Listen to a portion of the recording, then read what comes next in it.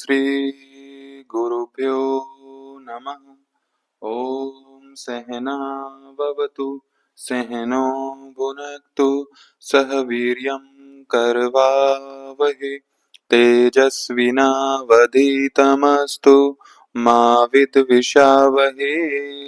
ओम शांति शांति शांति। सभी को ओम। तो आज हम यूजीसी नेट के एग्जाम में जितने भी आयुर्वेद से रिलेटेड पीवाईक्यू पूछे गए हैं तो उनकी चर्चा इस क्लास में हम करेंगे। सभी के हम कंसेप्ट भी समझेंगे डिटेल से और जो उनसे रिलेटेड पीवाईक्यू बन सकते हैं उनकी चर्चा भी इस क्लास में करेंगे। ठीक है, तो पहला पीवाईक्यू अभी लेटेस्ट है जो पूछा गया था कि पित्त दोष का गुण नहीं है। बहुत अच्छे पीवाईक्यू हैं और इनसे संबंधित पीवाईक्यू बन सकते हैं। ठीक है, तो एग्जाम में जाने से पहले जरूर से ये पीवाईक्यू आपको करके जाने हैं। तो पित्त दोष का गुण कौन सा नहीं है, तो इस एग्जाम में इसने पूछ लिया कि पित्त का कौन सा नहीं है। आपसे पूछ सकता है कि वात का कौन सा नहीं है, अगले एग्जाम में कफ का कौन सा नहीं है। ठीक है, तो तीनों के हम पहले गुण देख लेते हैं। तो आचार्य चरक और वाग्भट दोनों ने अलग अलग गुण इन तीन दोषों के बताए हैं। त्रिदोष हम इसको बोलते हैं, वात पित्त कफ को। ठीक है, तो आचार्य चरक ने बताया, ठीक है, वात और कफ के आप देख लेंगे कि रुक्ष शीत लघु सूक्ष्मश्च चल खर विशद। तो ये आचार्य चरक ने एक एक्स्ट्रा बताया है, सात सात गुण उनके बताए हैं, जबकि आचार्य वाग्भट ने 6 गुण बताए हैं। ठीक है, तो रुक्ष शीत लघु सूक्ष्म चल और खर ये बताया है आचार्य वाग्भट ने। ठीक है, आपसे ये भी पूछ सकते हैं, वैसे बहुत अच्छा पीवाईक्यू ये होगा अगर पूछता है तो, कि आचार्य वाग्भट ने कौन सा वात का दोष नहीं माना है जो आचार्य चरक ने माना है, या फिर आपसे पूछ सकते हैं कि आचार्य चरक ने कौन सा एक एक्स्ट्रा वात का गुण बताया है। तो विशद गुण एक्स्ट्रा बताया है आचार्य चरक ने। पित्त के लिए बोला है स्नेह तीक्ष्ण उष्ण द्रव शर कटु और अम्ल। ठीक है, और वाग्भट ने बोला है स्नेह तीक्ष्ण उष्ण द्रव शर लघु और विश्र। दोनों ने ही सात सात गुण बताए हैं। ठीक है, संख्या नहीं पूछेगा आपसे। ठीक है, तो ये पित्त के गुण हो जाते हैं। अब इसमें आप देख सकते हैं कि मिलान करके जो 4 ऑप्शन आपको दिए हैं। कफ के लिए बोला है स्निग्ध शीत गुरु स्थिर मृदु मधुर और पिच्छिल। वाग्भट ने बताया स्निग्ध शीत गुरु स्थिर मंद श्लक्षण और मृत्सन। ठीक है, तो इसमें भी इसने सात सात गुण ही दोनों ने बताए हैं, कोई डिफरेंस इसने नहीं किया है। केवल वात से ही क्वेश्चन बन सकता है कि जो आचार्य चरक ने एक्स्ट्रा बताया है वो कौन सा है। ठीक है, पित्त और कफ से नहीं बनेगा। तो अब स्निग्ध तो स्नेह है, उष्ण तीक्ष्ण तो बचा आपका गुरु गुण। गुरु गुण पित्त दोष का गुण नहीं बताया है, लघु बताया है, हल्का होता है, भारी नहीं होता है पित्त, हल्का होता है। तो फोर्थ ऑप्शन इसमें आपका करेक्ट हो जाएगा। और क्या क्वेश्चन इसमें बन सकता है आपका, आपसे पूछ लेंगे कि वात का निम्न में से कौन सा प्रकार नहीं है, या फिर वात का निम्न में कौन सा प्रकार है। तो 5 टाइप्स बताए हैं वात गुण के, या फिर इनको पंच प्राण भी हम बोलते हैं, प्राण अपान समान व्यान और उदान। ऐसे ही 5 बताए हैं पित्त के लिए, पाचक पित्त रंजक पित्त आलोचक पित्त साधक पित्त और भ्राजक पित्त। और ऐसे ही बताए हैं कफ के लिए, क्लेदक कफ अवलंबक कफ बोधक तर्पक और श्लेष्मक। ठीक है, तो ये नाम नाम आप कम से कम करके जाएंगे, इनका स्थान अगर आप याद नहीं कर सकते तो कोई बात नहीं, लेकिन कम से कम आप नाम करके जाएंगे। ठीक है, आपसे पूछ सकता है कि पित्त दोष का प्रकार नहीं है, तो 3 या 4 ऑप्शन इसमें से वात और कफ में से आपसे मिलेंगे और एक आपका पित्त का आपका करेक्ट हो जाएगा। ठीक है, तो इस तरह से ये क्वेश्चन यहाँ पर बन सकता है। और अगला क्वेश्चन आया था जून 2025 में, वात का संचय प्रकोप और परशमन कर्मशः किन ऋतुओं में होता है। ग्रीष्म वर्षा शरद, वर्षा शरद हेमंत, हेमंत वसंत और वृषा, वर्षा शरद हेमंत। तो ये मैंने आपको बहुत इजी ट्रिक से समझाया था ये कैसे आप इसको याद कर सकते हैं। ठीक है, और आपके रेफरेंस के लिए दोबारा मैं यहाँ पर टेबल आपको दिखा देता हूँ कि एक टेबल आपको याद कर लेनी है। किसी का भी आपसे यहाँ पर तीनों चीजें इसने पूछ ली हैं कि वात का संचय, प्रकोप, प्रशमन किन ऋतुओं में होता है। पित्त का पूछ सकता है आपसे, कफ का भी पूछ सकता है, और स्पेशली ये भी पूछ सकता है कि वात पित्त या कफ का प्रकोप कौन सी ऋतु में होता है, प्रशमन कौन सी ऋतु में होता है, संचय किस ऋतु में होता है। अलग से ये भी पूछा जा सकता है। तो सबसे पहले आपको ऋतुओं की सीक्वेंस याद होनी चाहिए, जिसके लिए मैंने एक ट्रिक याद करवाई थी आपको। शिव, ग्रीव, सहे। तो शिव मतलब शिशिर, पहले व से आपका बनेगा वसंत, जो कि एक अलग से पीवाईक्यू है। ये आपको अरेंज करने के लिए बोला गया था ऋतुओं के नाम।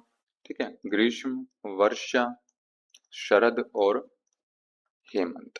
ठीक है, तो पहले बात आप ग्रीष्म से स्टार्ट करो। वात के लिए अगर बात करें तो अगर यहाँ पर संचय होगा, इकट्ठा होगा वात दोष, तो इसके आने वाली अगली ऋतु में वो प्रकोपित होगा, यानी कि वर्षा में वो प्रकोप होगा वात दोष का, और उससे अगले आने वाली ऋतु में वो अपने आप शांत भी हो जाता है, यानी कि ग्रीष्म, वर्षा, शरद। ये सीक्वेंस में आप याद कर सकते हैं इसमें। ठीक है, ऐसे ही अगर पित्तदोष की बात करें तो वर्षा में ये संचय होता है इसका, शरद में प्रकोप हो जाएगा, हेमंत में अपने आप ये शांत हो जाता है पित्त दोष।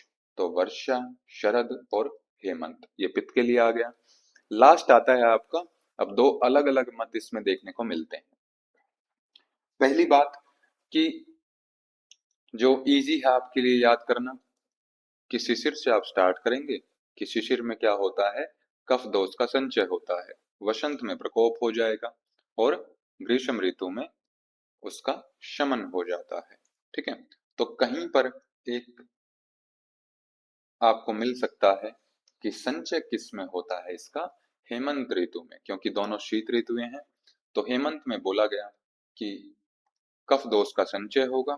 फिर शिशिर ना मानकर उसने बोला वसंत में उसका प्रकोप होगा, क्योंकि आचार्य सुश्रुत ने, ठीक है, प्रावृट ऋतु एक मानी है अलग से वर्षा ऋतु से पहले।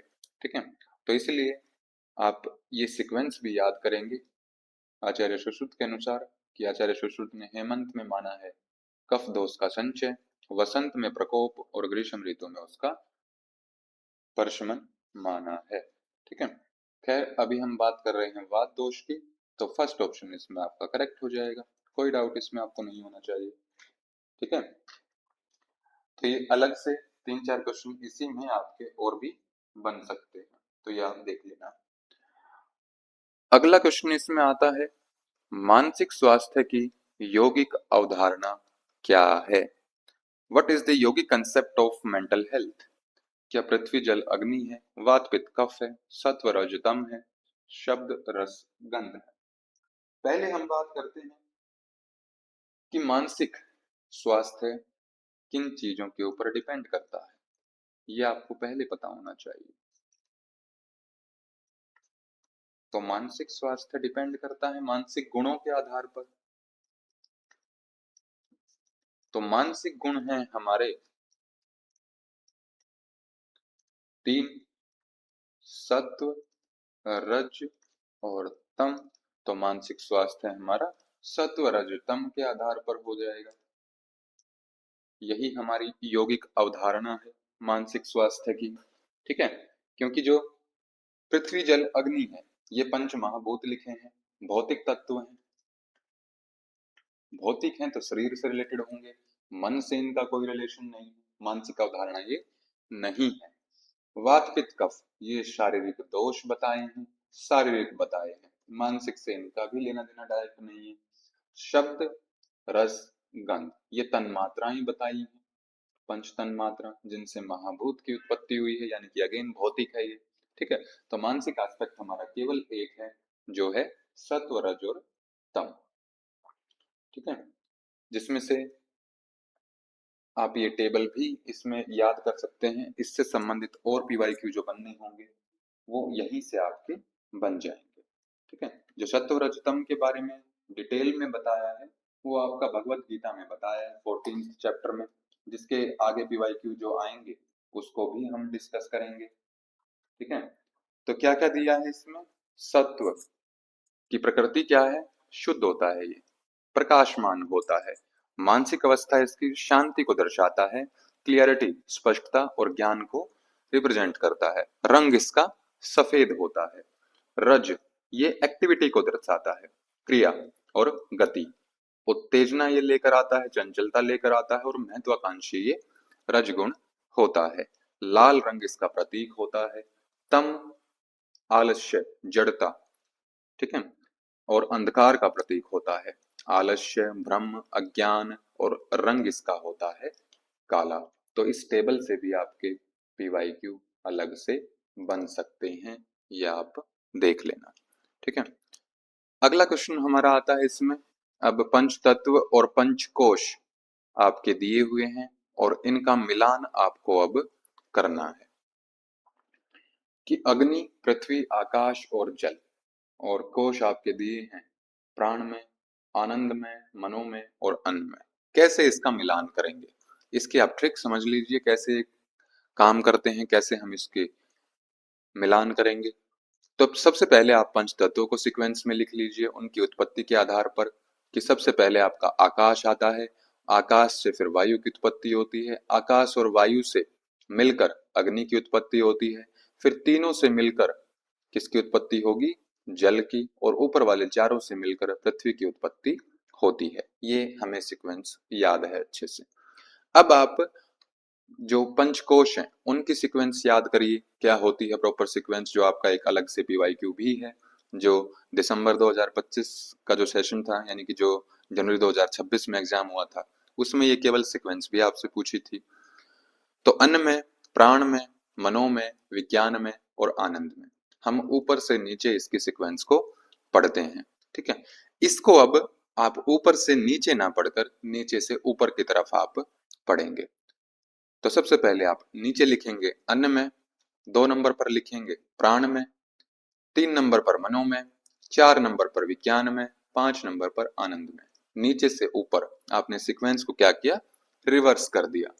तो अब जो जिसके सामने है, आकाश के सामने आपका आनंद में है, तो उसी को वो रिप्रेजेंट करता है, वायु विज्ञानमय कोश से संबंधित है, अग्नि मनोमय कोश से, जल प्राणमय कोश से, पृथ्वी अन्नमय कोश से।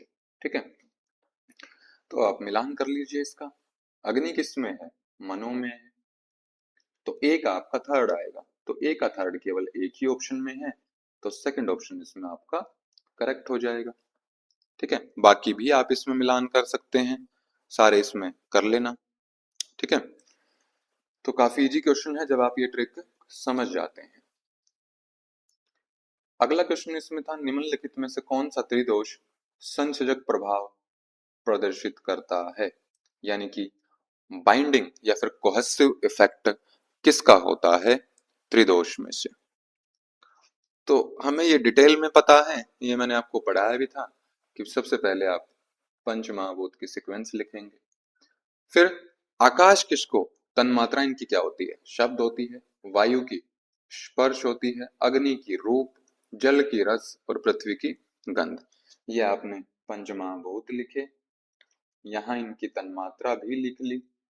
अब इनका इफेक्ट क्या होता है कि आकाश को हम देखें, यानी कि शब्दों को अगर हम देखें तो शब्द क्या है? केवल वाइब्रेशंस हैं। और अगर स्पर्श को देखें, यानी कि मैकेनिकल प्रेशर जब कहीं पर लगता है, अगर आपकी स्किन के ऊपर थोड़ा सा भी प्रेशर फील ना हो तो आप स्पर्श को यानी कि टच को फील नहीं कर सकते। अग्नि की अगर बात करें तो ये हीट है, रेडिएशन है, या फिर लाइट बोल सकते हैं। जल थोड़ा सा और गाढ़ा हो जाता है, यानी कि विस्कस इफेक्ट इसका रहता है। और लास्ट में पृथ्वी के मॉलिक्यूल्स और ज्यादा पास में आते हैं, और ज्यादा जुड़ जाते हैं आपस में, तो कोहेसिव इफेक्ट इसमें आपको देखने को मिलता है। तो अब कौन सा इसमें आपका आंसर होगा? अगर आपसे पंच महाभूत पूछता तो पृथ्वी हो जाता, अगर एक पूछता तो। ठीक है, अब पंच महाभूत का आपको रिलेशन देखना है, किसके साथ है? त्रिदोष के साथ। तो ये भी मैं आपको समझा चुका हूं कि ऊपर वाले दो डिनोट करते हैं वात को, अग्नि डिनोट करती है पित्त को। ये भी अलग से पीवाईक्यू बन सकता है। और जल और पृथ्वी ये दोनों मिलकर बनाते हैं कफ। तो केवल कफ, तो कोहेसिव इफेक्ट आपको जल और पृथ्वी में देखने को मिलता है। दोष की अगर बात करें तो केवल कफ में देखने को मिलता है। महाभूत अगर एक पूछता आपसे तो आप केवल पृथ्वी को आंसर लगाते, और अगर दो सिलेक्ट करने का आपके पास ऑप्शन हो तो जल और पृथ्वी आप दोनों उसमें सेलेक्ट कर सकते हैं। ठीक है, तो आसान पीवाईक्यू था। अगला क्वेश्चन, निम्नलिखित में से किस गुण के आधिक्य में आंतरिक तृष्णा और अनुरक्ति होती है? तो ऐसा कौन सा गुण है जिसमें आंतरिक तृष्णा होती है और अनुरक्ति? तो कौन सा ऐसा गुण होगा? सत्व, रज और तम में से भगवत गीता के 14th चैप्टर में यही सब बताए हैं। त्रिदोष त्रिगुण का ही डिटेल में वर्णन वहां पर किया गया है। कौन सा चैप्टर? 14th chapter. तो ये चैप्टर आप अच्छे से करके जाएंगे, क्योंकि सत्व, रजतम इन तीनों से रिलेटेड जो पीवाईक्यू होते हैं मैक्सिमम इसी चैप्टर से पूछे जाते हैं। ठीक है, तो अब अलग अलग इसका देख लेते हैं हम कि सत्व गुण ज्ञान, विवेक और शांति का प्रतीक है। पॉजिटिव सोच, आत्मनियंत्रण, करुणा, प्रेम, सत्यता, मानसिक स्पष्टता। सात्विक अगर आहार की बात करें तो दूध, फल, सब्जियां ये आ जाती हैं। सात्विक व्यवहार की बात करें तो ध्यान, योग और सेवा इसमें आ जाता है। ठीक है, तो कंप्लीट कंसेप्ट आप समझ के चलेंगे सत्व गुण का, तो इसमें मैक्सिमम पॉइंट्स से कवर हो जाते हैं। ठीक है, आहार की बात करें तो वो भी भगवत गीता से ही पूछा जाता है उसमें कि कौन से आहार के गुण नहीं है। ठीक है, रज की अगर बात करें तो क्रोध, लालच, एक्टिविटी, गति को ही दर्शाता है। अत्यधिक इच्छाएं, बेचैनी, तनाव, जो कंपटीशन की भावना होती है, भौतिक सुखों की लालसा होती है, वो सारे रजोगुण के काम होते हैं। राजसिक आहार की बात करें तो जो उत्तेजना पैदा करेगा खाना, मसालेदार तीखा भोजन। और राजसिक व्यवहार की बात करें तो सभी चीजों को पाने की जो इच्छा होती है, जो महत्वाकांक्षा जरूरत से ज्यादा बढ़ जाती है, तो वो रजोगुण के कारण होती है। तीसरा आता है हमारा तमोगुण, जो जड़ता को दर्शाता है। आलस्य, निद्रा, जड़ता, अज्ञान, भ्रम, नेगेटिविटी, जो डिप्रेशन, विवेकहीनता। ठीक है, ध्यान रखना स्ट्रेस आपका रजोगुण में आएगा और डिप्रेशन आपका तमोगुण में आएगा। मोह, आसक्ति, तामसिक आहार की बात करें तो मांस, श्राब, बासी भोजन। तामसिक व्यवहार की बात करें तो हिंसा और क्रूरता। ठीक है, तो अब आप आंतरिक तृष्णा और अनुरक्ति क्या हो जाएगा आपका इसमें? तृष्णाएं आपकी जो इच्छाएं हैं वो रजगुण के कारण होती हैं, तो केवल रजो गुण, सेकंड ऑप्शन इसमें करेक्ट हो जाएगा। बाकी पॉइंट्स से भी क्वेश्चन बन सकता है, तो आप सभी पॉइंट्स को देखकर अच्छे से याद करके जाएंगे। ठीक है, अगला क्वेश्चन इसमें आता है, आयुर्वेद के अनुसार रस कितने प्रकार के होते हैं? केवल संख्या आपसे पूछी है, तो संख्या बताना तो कोई मुश्किल काम नहीं है कि 6 रस हमारे होते हैं। लेकिन रस से संबंधित और क्या क्या पीवाईक्यू आपके पूछे जा सकते हैं? सबसे पहले उनके नाम आपको पता होने चाहिए। तो पहला है मधुर, अम्ल, लवण। फिर आते हैं कटु, तिक्त, कषाय। जिसमें से ऊपर वाले जो रेड में लिखे हैं तीन वाले, ये मैंने आपको बताया था कि कफ को ये बढ़ा देते हैं। कफ को बढ़ाते हैं तो वात का ये शमन करते हैं। जो नीचे वाले तीन हैं ये इसके अपोजिट होते हैं। अब ये वात को बढ़ाते हैं और कफ को शांत करते हैं। ठीक है, ये बहुत बार क्वेश्चन ये पूछा गया है कि कौन सा दोष जो है कौन सा रस कौन से दोष की वृद्धि करता है, कौन सा रस कौन से दोष को घटाता है। ठीक है, तो ये आप अच्छे से यहाँ पर समझ लीजिए। ये बार बार रिपीट करेंगे हम, जितनी बार भी आएगा तो लास्ट तक आपको ये पूरा याद कंसेप्ट हो जाएगा कि कौन सा दोष किस दोष कौन सा रस किस दोष की वृद्धि करता है, किसको घटाता है। अब बात करें हम अम्ल, लवण और कटु की। जो ये बीच वाले तीन हैं ये पित्त को बढ़ाते हैं, जो ऊपर और नीचे वाले बच गए हैं ये पित्त का शमन करते हैं। तो केवल मधुर यहां से आ गया, और तिक्त और कषाय ये तीन दोष पित्त का शमन करते हैं। ठीक है, तो ये अलग अलग क्वेश्चन रस से बन सकते हैं, और जो आगे बने भी हुए हैं उसमें से कुछ पीवाईक्यू हम देखेंगे। एक और कंसेप्ट इसमें आता है आपका, वो है पंचमहाभूत से क्या रिलेशन है रस का। तो अगेन हम लिख लेंगे 6 रस के नाम। पहले बात आती है कि अगर ये तीनों, कौन से तीनों, मधुर, अम्ल, लवण, कफ की वृद्धि करते हैं, तो कफ तो हमारा किससे बना होता है, जल और पृथ्वी से बना होता है। ये रिलेशन हम पिछले पीवाईक्यू में देख कर आए हैं। ठीक है, तो यहाँ पर आपके रिवीजन के लिए दोबारा से लिख लेते हैं, वात, पित्त और कफ। वात है आपका वायु प्लस आकाश, पित्त है अग्नि, कफ क्या है, जल प्लस पृथ्वी। अब जो ऊपर वाले तीन हैं ये तीनों कफ को बढ़ाते हैं, यानी कि जल और पृथ्वी में से एक ना एक तो यहाँ पर रहेगा। तो मैं यहाँ पर लिख देता हूँ जल प्लस पृथ्वी, क्योंकि जो मैक्सिमम कफ को बढ़ाता है वो मधुर गुण होता है, तो दोनों इसमें प्रेजेंट होंगे। अम्ल में अब ये तीनों जो हैं आपके पित्त को बढ़ाते हैं। पित्त शो करता है अग्नि को, यानी कि तीनों में अग्नि रहेगी। ठीक है, ऐसे ही जो लास्ट वाले तीन हैं ये आपके वात को बढ़ाते हैं। तो वात को बढ़ाने वाले यानी कि वायु तो रहेगी, तो तीनों में मैं वायु लिख देता हूं एक अलग से।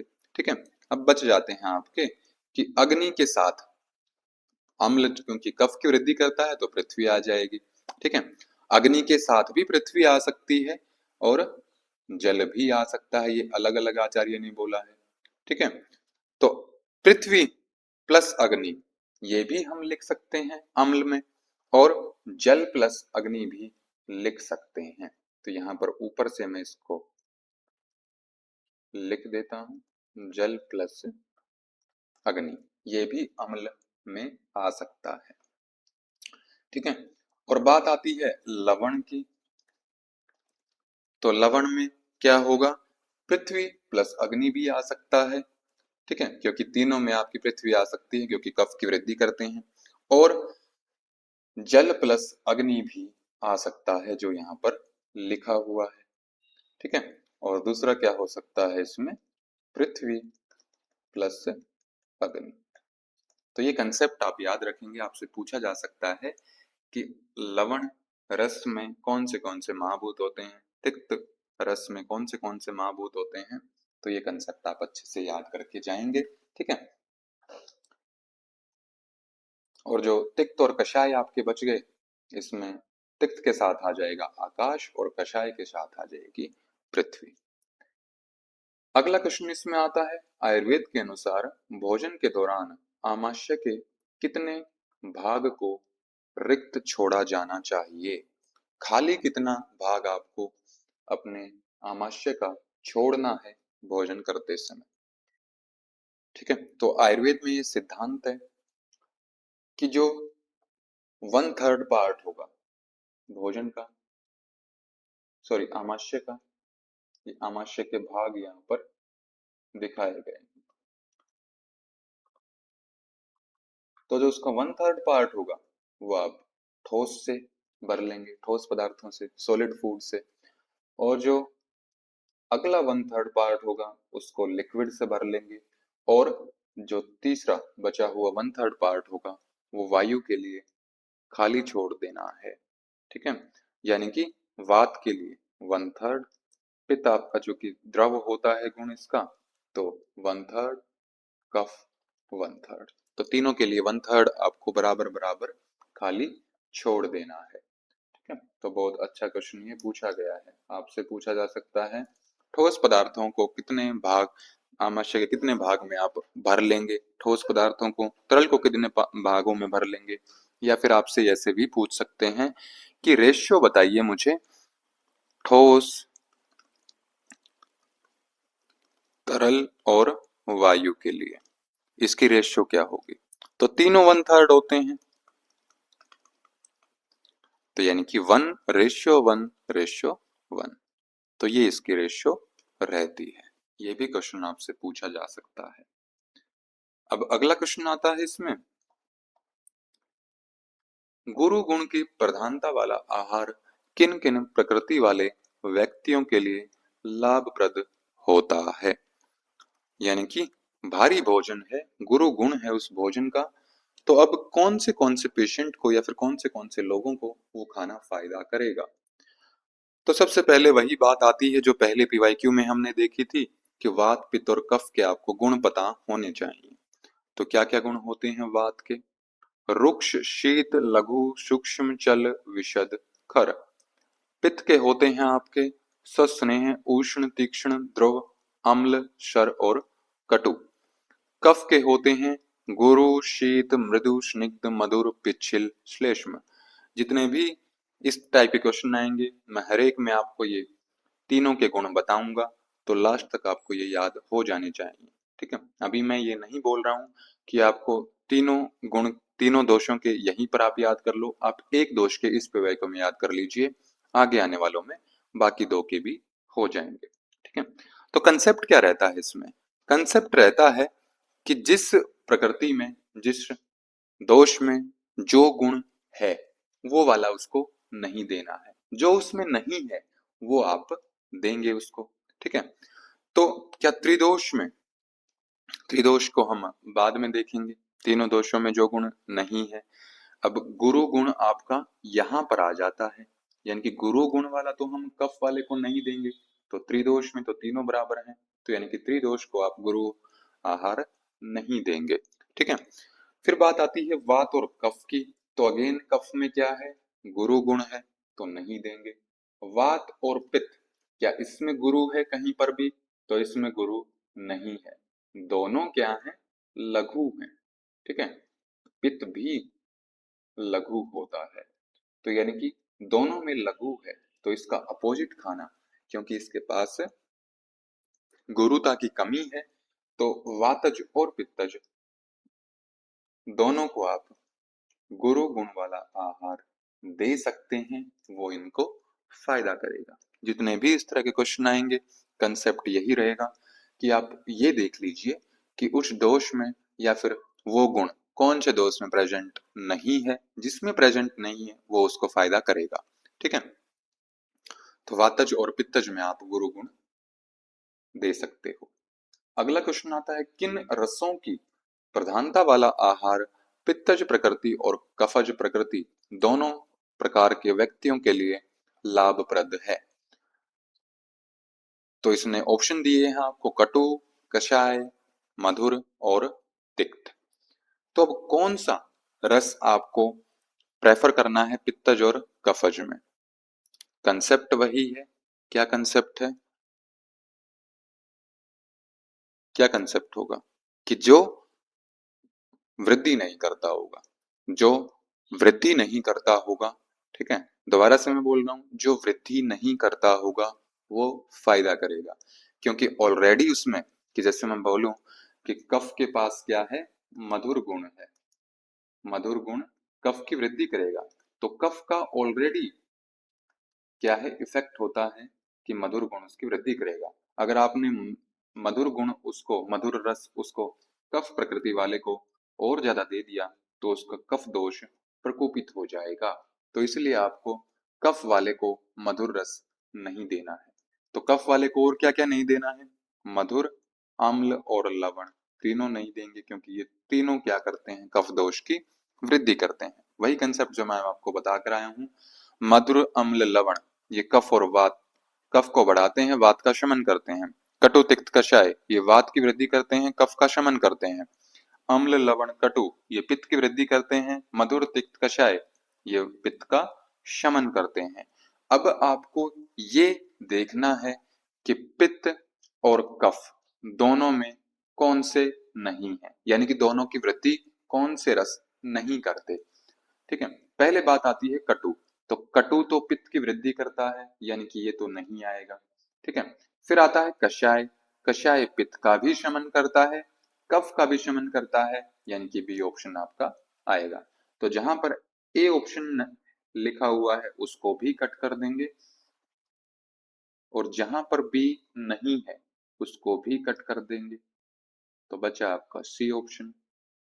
ठीक है, तो वही कंसेप्ट इसमें है कि मधुर आपका कफ की वृद्धि कर देगा, तो इसको नहीं देंगे।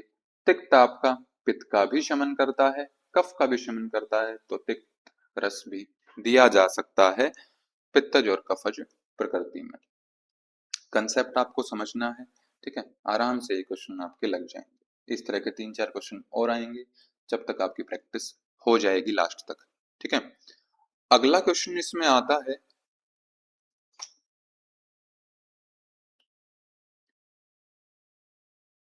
निम्नलिखित में से क्या शारीरिक रूप से स्वस्थ व्यक्ति का लक्षण नहीं है?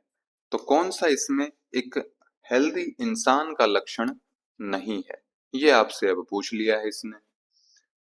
तो सम्यक क्षुधा, क्षुधा होती है भूख, कि जो भूख है वो उचित समय पर लगे और उचित मात्रा में लगे, तो क्या ये हेल्दी इंसान का लक्षण होगा? तो जवाब है कि बिल्कुल होगा, कोई इसमें डाउट नहीं है हमें।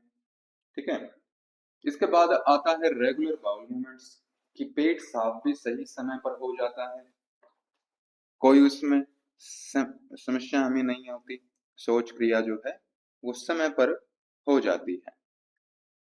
इनकॉन्सिस्टेंट बॉडी मूवमेंट्स, की जो शरीर की गतियां हैं वो असंगत हैं, कि जैसे हाथ हिल रहे हैं, जैसे कि जो बुजुर्ग लोग होते हैं तो उनके हाथों में कंपन रहता है, तो वो कंडीशन अगर है तो इसका मतलब वो हेल्दी नहीं, कुछ न कुछ उसमें समस्या है। ठीक है,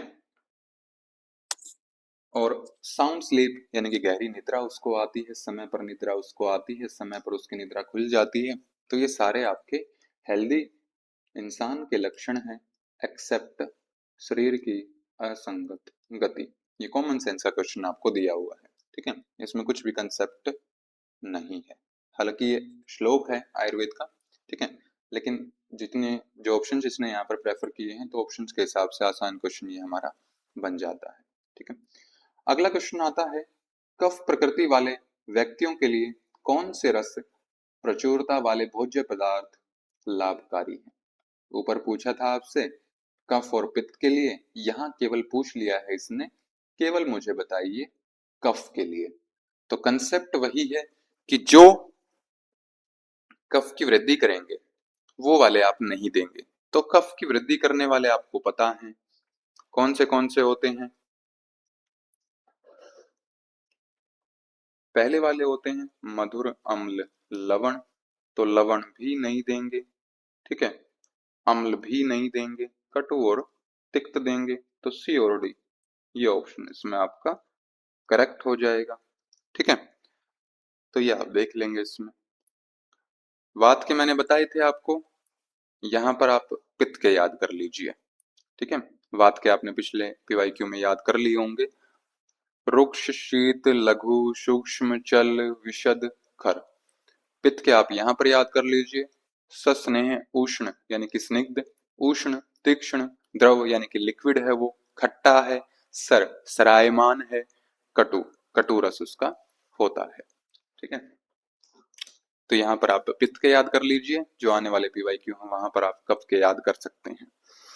अगला पीवाईक्यू है, मंद और गुरु गुण युक्त आहार किस प्रकृति के लिए निषिद्ध है? निषेध किसमें बताया है? अब ये क्वेश्चन से मैं आपको एक कंसेप्ट समझाना चाहता हूँ और थोड़ा सा मैं यूजीसी की ट्रिक आपको बताना चाहता हूँ, कि यहाँ पर आपको क्वेश्चन में ये देखना है कि फायदेमंद लिखा है कि निषेध लिखा है। ऑप्शंस में भी आपको ये चेक करना है कि ऑप्शन में ये लिखा है कि ये दे सकते हैं या नहीं दे सकते। ठीक है, तो ये थोड़ा सा देखना है, ऐसा नहीं है कि नाम आपने देखा और तुरंत टिक कर दिया। नाम के बाद क्वेश्चन में क्या पूछा गया था, ऑप्शंस में क्या चीज लिखी है, ये आपको ध्यान से देखना है, क्योंकि आसान क्वेश्चन है, 5 सेकंड इसमें एक्स्ट्रा आपको लगानी है। तो इसने पूछा मंद और गुरु गुण युक्त आहार किन के लिए निषिद्ध होगा? निषेध उनके लिए होगा जिसमें मंद और गुरु गुण पहले से होंगे। तो यानी कि पहले से अगर किसी व्यक्ति में मंद और गुरु गुण प्रेजेंट हैं तो उसको और ज्यादा हम मंद और गुरु गुण नहीं देंगे। ठीक है।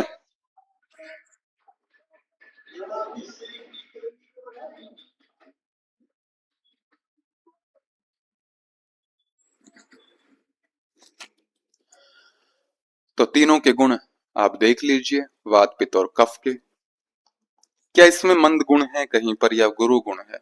नहीं है, लघु है। वात के लिए दिया जा सकता है। पित्त में क्या मंद गुण है कहीं पर और गुरु गुण है कहीं पर? तो जवाब है कि नहीं है। ठीक है। तो यानी कि दोनों को हम दे सकते हैं। गुरु गुण कफ में आ जाता है, ठीक है, और मंद गुण भी कफ का ही होता है। तो ये दोनों इसमें रहते हैं। तो यानी कि कफ के लिए ही निषेध है क्योंकि पहले से गुण इसमें प्रेजेंट है। अगर आपसे ये पूछता कि किसको ये दे सकते हैं, किसके लिए ये फायदेमंद है, तो वातजुर पित्तज प्रकृति आपका आंसर आ जाता। लेकिन इसने स्पेशली मेंशन किया कि निषेध बताइए कि किसको ये नुकसान करेगा, तो कफज प्रकृति को मंद और गुरु गुण युक्त आहार नुकसान करेगा। ठीक है। अगला पीवाईक्यू इसमें है, कफ दोष में किन महाभूत की प्रधानता होती है? ये कंसेप्ट मैं आपको ऊपर वाले पीवाईक्यू में बता चुका हूं। ठीक है।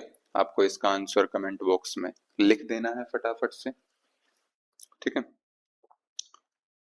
तो वायु यानी कि वात दोष, दोबारा से मैं आपको बता रहा हूं, जिसने पिछले पीवाईक्यू को अच्छे से देखा था तो वो कमेंट में अपना आंसर लिख दीजिए। पित्त आपका अग्नि है, कफ आपका जल प्लस पृथ्वी है। तो कफ का इसने यहां पर पूछ लिया, वात और पित्त का भी पूछ सकता है आने वाले एग्जाम्स में। तो जल और पृथ्वी, बी और सी, सी ऑप्शन आपका इसमें करेक्ट हो जाएगा। ठीक है। ये कंसेप्ट मैं आपको समझा चुका हूं। अगला क्वेश्चन आता है, अब असर्शन एंड रीजन में दो स्टेटमेंट्स आपको दी हुई है और इसमें आपको देखना है कि कौन सी, कि क्या दोनों स्टेटमेंट करेक्ट हैं। अगर दोनों करेक्ट हैं तो क्या रीजन सही से एक्सप्लेन करता है असर्शन को। तो पहले पढ़ते हैं हम असर्शन। अम्ल और लवण रस प्रधान आहार वात शामक होता है। क्या ये बात सही है? तो ये कंसेप्ट हम देख कर आए हैं कि ऊपर वाले तीनों वात का शमन करते हैं, नीचे वाले तीनों वात की वृद्धि करते हैं। ठीक है। अम्ल लवण कटु ये पित्तवर्धक हैं, मधुर तिक्त कषाय ये पित्त शामक हैं। तो अम्ल और लवण क्या ये वात का शमन करते हैं? तो बिल्कुल सही बात है, करेक्ट। अम्ल और लवण रस प्रधान आहार वातज विकारों से पीड़ित व्यक्तियों के लिए अपथ्य हैं। तो जब शमन करते हैं तो अपथ्य क्यों होंगे? ये पथ्य होंगे। वात में ये नहीं है, वात वर्धक में ये नहीं है, शामक में है। शामक में है तो अम्ल और लवण रस हम उसको देंगे। ये बिल्कुल इनकरेक्ट स्टेटमेंट है। तो तर्क आपका गलत है। तो सारे ऑप्शन आपके कट जाएंगे, सी ऑप्शन आपका बच जाएगा।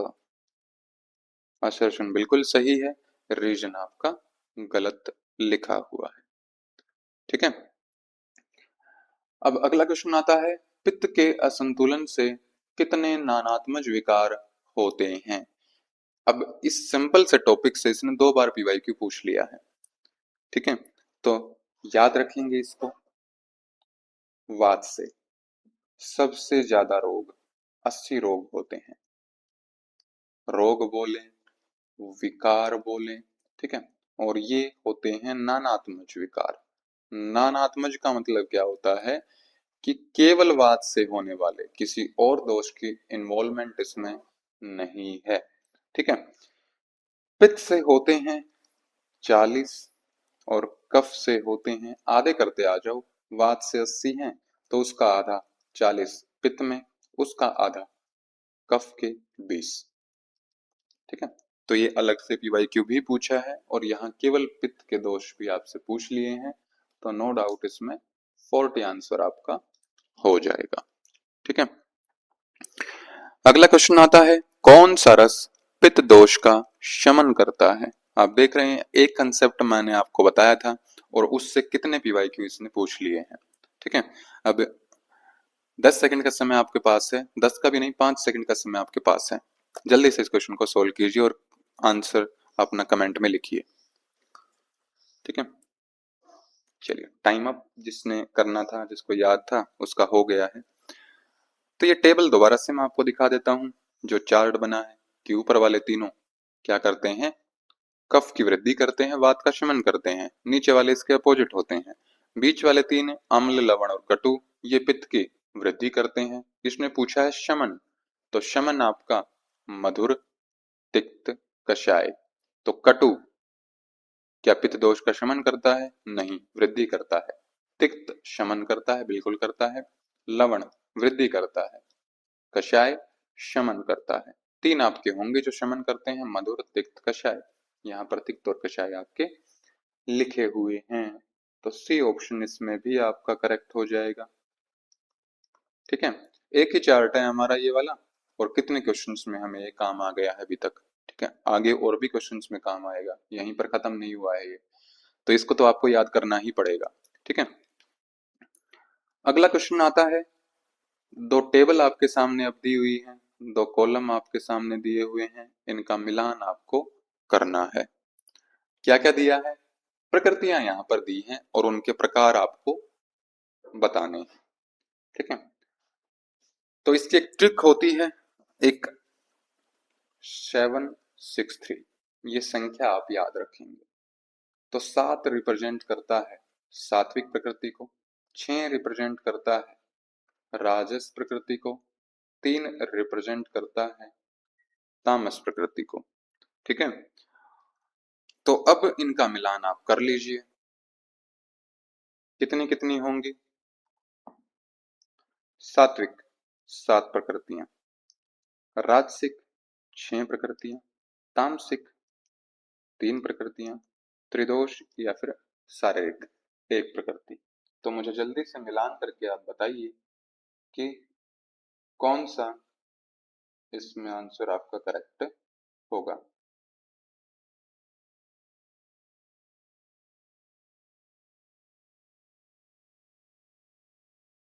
कौन सा हो जाएगा इसमें?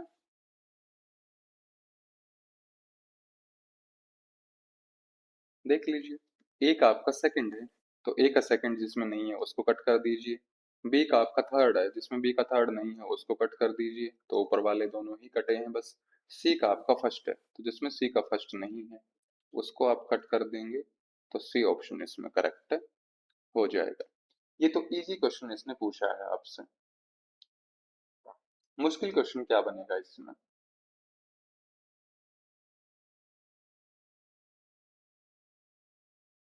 क्या बनेगा? जो इसके 7 नाम है सात्विक प्रकृति के, जो राजसिक के 6 नाम है, वो नाम आपसे पूछ लेगा क्या क्या होते हैं,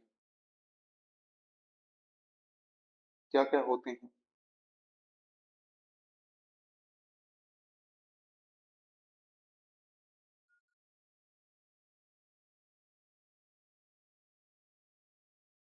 किसी ने पढ़ा है पहले ये कंसेप्ट?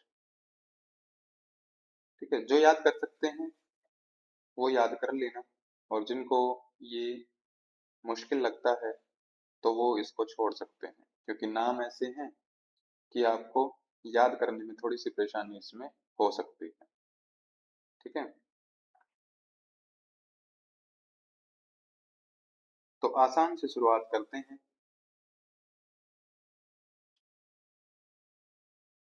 यहाँ पर आप लिख लीजिए एक जगह, चलो यहाँ लिख लेते हैं राजस। 6 कौन से होते हैं इसके? ये सारे जो राक्षसों के नाम होते हैं आप उनसे रिलेट कर सकते हैं। आशुर, राक्षस, पैशाच, सर्प, प्रेत, और लास्ट में आता है शकुन। तो ये 6 प्रकृतियों के नाम होते हैं राजसिक। ठीक है, उससे आसान है तामस। तामस कौन से होते हैं? तो इसमें आप एक चीज को याद रखेंगे कि ये क्या होते हैं, इमूवेबल होते हैं, जड़ होते हैं। ठीक है, तो जड़ होते हैं तो आपके आसपास कौन सी ऐसी चीज है जो जड़ है? कौन सी ऐसी चीज है जो जड़ है? पेड़ पौधे हैं। ठीक है, पेड़ पौधे क्या चल फिर सकते हैं? तो जवाब है कि नहीं चल फिर सकते वो। तो नहीं चल फिर सकते तो आपकी वनस्पति किस में आ जाएंगी? तामस प्रकृति में आ जाएंगी।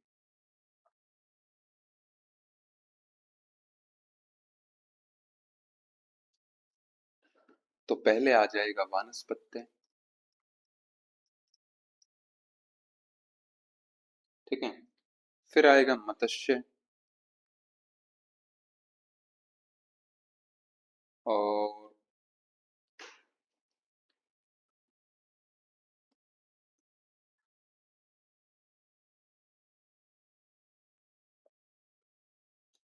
लास्ट कौन सा बचा है इसमें? पशु, जिनकी जड़ बुद्धि होती।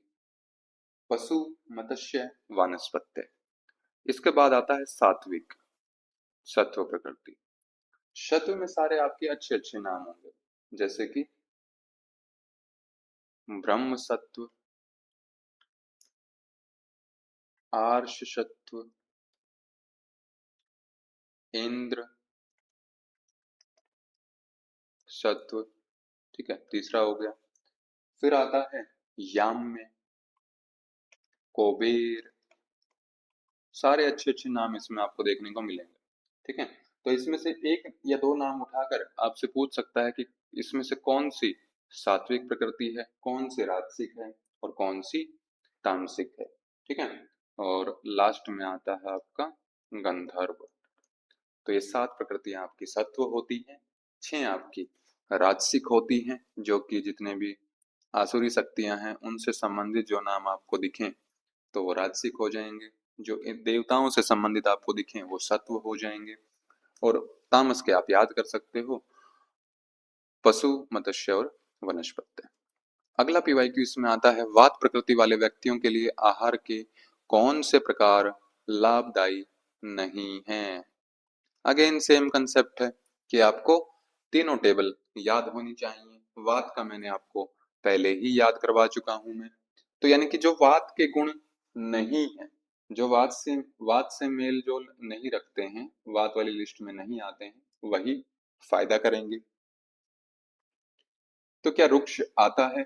तो रुक्ष आता है तो नहीं आएगा। शीत भी वात का गुण है, तो ये भी नहीं आएगा। तो बचा क्या आपका? दो ही ऑप्शन बच गए, दो ही आपको सेलेक्ट करने हैं। ठीक है, हाँ, इसने पूछा लाभदायी नहीं है, यानी कि नहीं दे सकते।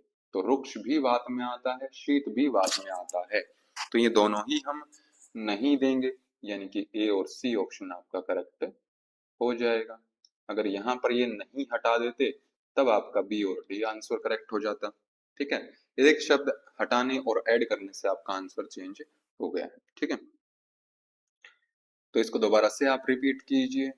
जैसे टेबल्स याद करते हैं हम, रटते हैं टेबल्स को, ऐसे ही रट लीजिए इसको कल तक। ठीक है, अगला क्वेश्चन आता है, अगेन असर्शन एंड रीजन दिया हुआ है। इसमें ट्रू एंड फॉल्स आपको देखना है। अब पहले क्या दिया है असर्शन में? कटु तिक्त कषाय रस प्रधान आहार वात प्रकृति के लिए व्यक्ति के लिए लाभदायी नहीं होता। तो बिल्कुल सही बात है, क्योंकि ये नीचे वाले तीन हैं, वात की वृद्धि करते हैं। ठीक है, तो ये क्या है, बिल्कुल करेक्ट है। यहाँ पर आप दोबारा से चार्ट देख सकते हैं। ठीक है, तो नीचे वाले तीनों वात की वृद्धि करते हैं, तो फायदेमंद नहीं है। कटु तिक्त कषाय रस प्रधान आहार का अत्यधिक सेवन करने से वात दोष में वृद्धि होती है। बिल्कुल सही बात है ये भी। ठीक है, अब यहाँ पर हम दोनों सही हैं तो बीच में लगाएंगे, क्योंकि अब कटु तिक्त और कषाय रस प्रधान आहार वात प्रकृति के व्यक्तियों के लिए लाभदायी नहीं होता है, क्योंकि कटु तिक्त और कषाय रस प्रधान आहार का अत्यधिक सेवन करने से वात दोष में वृद्धि होती है। तो क्या आपको ये बिल्कुल सही स्टेटमेंट लग रही है? तो जवाब है बिल्कुल सही लग रही है। लेकिन इस क्वेश्चन में एक ट्रिक कर दी है यूजीसी ने। क्या? कि जो आपका पहले नंबर पर ऑप्शन है उसमें क्या लिख दिया है कि सही व्याख्या नहीं है। जो आपका 99.99% पहले नंबर पर ऑप्शन आता है वो इसने दूसरे नंबर पर रख दिया है। ठीक है, तो अब ध्यान रखेंगे इसमें फर्स्ट ऑप्शन करेक्ट नहीं होगा, इसमें सेकंड ऑप्शन आपका करेक्ट हो जाएगा। तो ऑप्शन भी आपको ध्यान से पढ़ना है। ठीक है, ऐसा नहीं है कि असर्शन और रीजन आपने देखा और तुरंत ऑप्शन को बिना पढ़े ही टिक कर दिया आपने पहला ऑप्शन। ठीक है, अगला क्वेश्चन आता है प्रज्ञा अपराध में सम्मिलित नहीं है। तो प्रज्ञा अपराध में क्या क्या चीजें आती हैं? धी, धृति, स्मृति, विभ्रंश।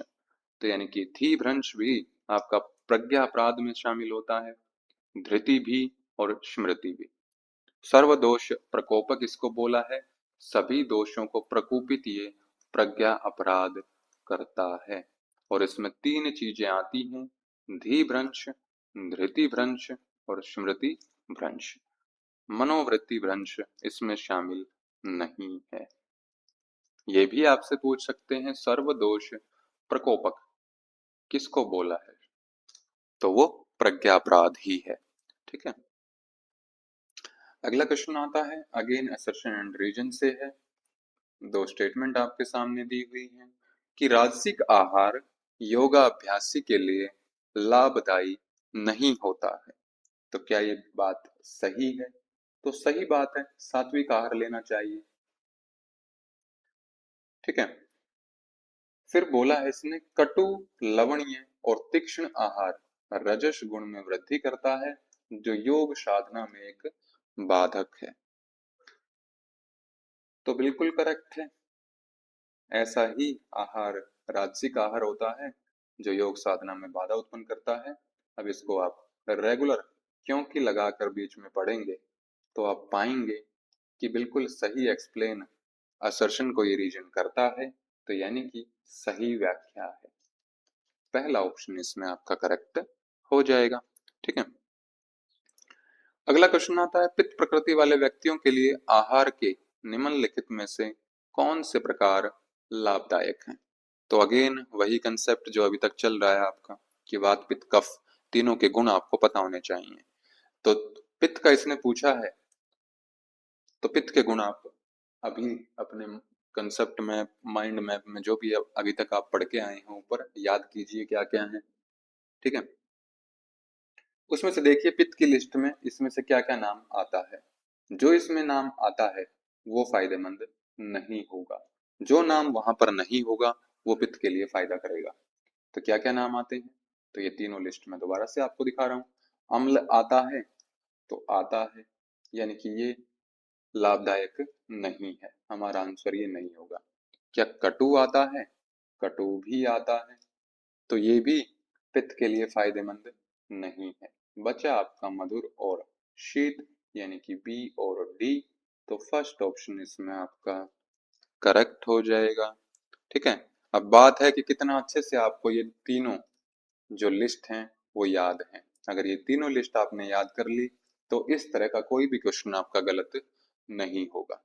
ठीक है, यहीं पर आपसे पूछता लाभदायक नहीं है तो हम देखते कि पिष्ट की लिस्ट में जो चीजें हैं वही उसके लिए फायदेमंद नहीं है। क्यों नहीं है फायदेमंद? क्योंकि पित्त का प्रकोप कर देंगी वो। ठीक है, अगला क्वेश्चन आता है आयुर्वेदिक ग्रंथों के अनुसार बीमारियां मुख्य रूप से किस कारण होती हैं? तो according to Ayurvedic text what is the primary cause of disease? पहला कारण क्या है, प्राथमिक कारण क्या है बीमारी होने का? तो क्या कारण होता है बीमारी होने का? एक आचार्य सुश्रुत ने एक डेफिनेशन दी है, सम दोष समाग्नि सम धातु मलक्रिय प्रसन्न आत्मा इंद्रिय स्वस्थ इति अभिधीयते। कि जिसकी दोष बैलेंस है, जिसके अग्नि बैलेंस है, जिसकी धातुएं बैलेंस हैं, जिसके मल सम्यक रूप से निकलते हैं, तो वो आदमी क्या है, स्वस्थ है। ठीक है, तो यहाँ पर हम लिख भी सकते हैं इसको कि समाग्नि, सॉरी समदोष, समाग्नि, सम धातु, मलक्रिय। यहां से कई क्वेश्चन आपके बन सकते हैं। प्रसन्न आत्मा इंद्रिय, मन स्वस्थ इति भेदीयते। तो ये आपका आचार्य सुश्रुत ने स्वास्थ्य की डेफिनेशन बताई है। पहले बोला समदोष, दोष आपके तीन होते हैं, आपको पता है, वात पित्त और कफ। ठीक है, सम अग्नि, अग्नि आपकी 13 होती हैं, 5 आपकी होती हैं भूताग्नि, पंच महाभूत से संबंधित जो होती हैं, 7 होती हैं धात्वा अग्नि, 7 धातुएं होती हैं। यह अलग से भी पीवाईक्यू है, धातुएं कितनी होती हैं और उनकी सीक्वेंस भी पूछी गई थी। ठीक है, तो धातुओं की क्या सीक्वेंस होती है, भूत पंच महाभूत की सीक्वेंस में आपको ऊपर पीवाईक्यू में बता चुका हूं।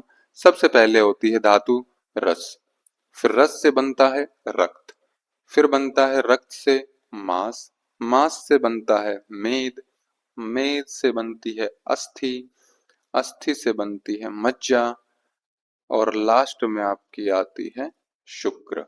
ठीक है, तो ये 7 धातुएं होती हैं। फिर एक आपकी होती है जठराग्नि, पाचक अग्नि भी इसको बोलते हैं। तो ये 13 अग्नियां टोटल होती हैं, ये अग्नियां भी बैलेंस रहें। ठीक है, 7 धातुएं ये भी उचित प्रमाण में रहें। मल, 3 आपके मल बताए हैं, मूत्र, पुरीश और श्वेद, ये तीनों भी समान या फिर सम अवस्था में आपके शरीर में प्रेजेंट रहें। और आपकी इंद्रियां, आपकी आत्मा, मन, ये प्रसन्न हो, तो वो व्यक्ति क्या होता है, स्वस्थ होता है। तो अब दोषों का अगर असंतुलन हो जाए, यानी कि ये सम दोष वाला पॉइंट हमारा हट जाए, तो बीमारी हो जाएगी। प्रतिरोध क्षमता की हानि, यानी कि इम्यूनिटी उसकी कमजोर हो जाए, तो ऐसा कोई पॉइंट नहीं है कि वो बीमार हो जाएगा, क्योंकि हमें जो श्लोका है हमारे जो आचार्यों ने बताया है उसी के अनुसार देखना है। कुपोषण से भी नहीं होती है। सम धातु, अगर ये सम वर्ड यहाँ से हट जाए, यानी कि असंतुलन हो जाए, तो भी बीमारी का कारण हो जाता है। तो ए और डी, तो डी ऑप्शन इसमें आपका करेक्ट हो जाएगा। ठीक है, अगला क्वेश्चन आता है, आयुर्वेद की परिभाषा में आयु के किस आयाम का उल्लेख नहीं किया गया है। ठीक है, तो आयु, सबसे पहली बात आपको ये पता होना चाहिए कि आयुर्वेद की परिभाषा में 4 प्रकार की आयु का वर्णन किया गया है।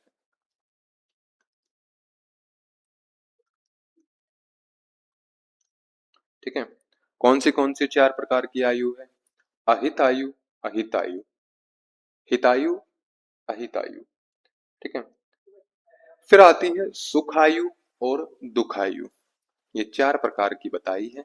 3 आपके ये प्रकार हो गए, चौथा प्रकार है दुखायु, दीर्घायु का वर्णन नहीं किया है। जो हितकर, आयु के लिए हितकर है वो हितायु, जो आयु के लिए अहितकर है वो अहितायु, जो आयु को सुख देती है वो सुखायु, जो आयु को दुख देती है वो दुखायु। तो 4 प्रकार की आयु का वर्णन किया गया है। ठीक है, तो फोर्थ ऑप्शन इसमें आपका करेक्ट हो जाएगा। अगला क्वेश्चन आता है, आयुर्वेद के अनुसार जीवन के 3 स्तंभ कौन से हैं। इसने पूछा है स्तंभ। ठीक है, सबको हम देखते हैं कि क्या क्या दिए हैं, वात पित्त कफ, यही जीवन के 3 स्तंभ हैं। त्रिदोष भी इनको बोलते हैं, और त्रय स्तंभ भी इनको बोला जाता है, 3 पिलर्स ऑफ बॉडी या फिर 3 पिलर्स ऑफ लाइफ। ठीक है, सत्व, रजस और तमस, ये त्रिगुण हैं। मानसिक गुण भी इनको बोलते हैं। अगर आपसे पूछे कि मानसिक दोष कौन से हैं, तो मानसिक दोष दो होते हैं। सत्व मानसिक दोष नहीं है, रज और तम ये दो मानसिक दोष होते हैं। अर्थ अर्थ और धर्म, अर्थ और काम ये तीन पुरुषार्थ चतुष्टय में होते हैं। ठीक है, धर्म अर्थ काम मोक्ष। ठीक है, तो उसका भाग है ये। और आरोग्य के लिए उत्तम इनको बताया गया है।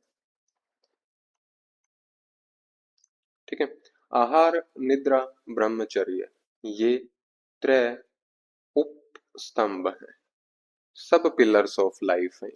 ठीक है, मेन पिलर्स आपके वात पित्त कफ है, और फिर दूसरे नंबर पर आते हैं त्रय उपस्तंभ, आहार निद्रा और ब्रह्मचर्य। तो पहला ऑप्शन इसमें आपका करेक्ट हो जाएगा। ठीक है, अगला क्वेश्चन आता है मैच द कॉलम से। अब वही सेम कंसेप्ट आपके सामने रस दिया हुआ है और ये लिखा है कि कौन से दोष को कौन सा रस घटाता है, कौन सा रस बढ़ाता है। ठीक है, तो कंसेप्ट वही है जो ये चार्ट में बार बार आपको दिखा रहा हूं, और जब तक दिखाता रहूंगा जब तक आप इसे याद नहीं कर लेंगे। ठीक है, बात आती है मधुर रस की। मधुर रस किस किस चीज को केवल घटाने वाले हैं, तो घटाने वाले हम देखेंगे। किस किस को घटाता है मधुर रस? पित्त को भी घटाता है, वात को भी घटाता है। तो पित्त और वात दोनों को एक साथ घटाने वाला मधुर रस है। अम्ल रस, अम्ल रस किस किस को घटाता है? तो केवल वात को घटाता है। तो केवल वात वाला ऑप्शन कौन सा है? पहले वाला है। कटु रस, ये केवल कफ को घटाता है, क्योंकि पित्त को बढ़ाता है और वात को भी बढ़ाता है। तो कटु केवल किसको? कफ को घटाता है। तो सी का आपका 4 हो जाएगा। कषाय, ये पित्त का भी शमन करता है, कफ का भी शमन करता है। तो यानी कि डी का आपका सेकंड हो जाएगा। तो ए का आपका थर्ड है, तो जिसमें ए का थर्ड नहीं है उसको कट कर दीजिए। बी का आपका फर्स्ट है, तो जिसमें बी का फर्स्ट नहीं है उसको कट कर दीजिए। तो बचा केवल एक ही ऑप्शन आपके पास, बी ऑप्शन, जो कि आपका करेक्ट आंसर है। ठीक है, अभी तक कम से कम 6 से 7 क्वेश्चन हम केवल इस चार्ट से देख चुके हैं। ठीक है, तो कितना इंपॉर्टेंट है आप समझ सकते हैं इसको। अगला क्वेश्चन आता है, ऋतुओं को शिशिर से प्रारंभ करते हुए उचित क्रम में आपको व्यवस्थित करना है। ये मैं आपको पहले पीवाईक्यू में बता चुका हूं इनकी सीक्वेंस। ठीक है, जल्दी से इसका 5 सेकंड का आपके पास समय है, जल्दी से इसका आंसर आप टिक कीजिए और कमेंट बॉक्स में लिखिए।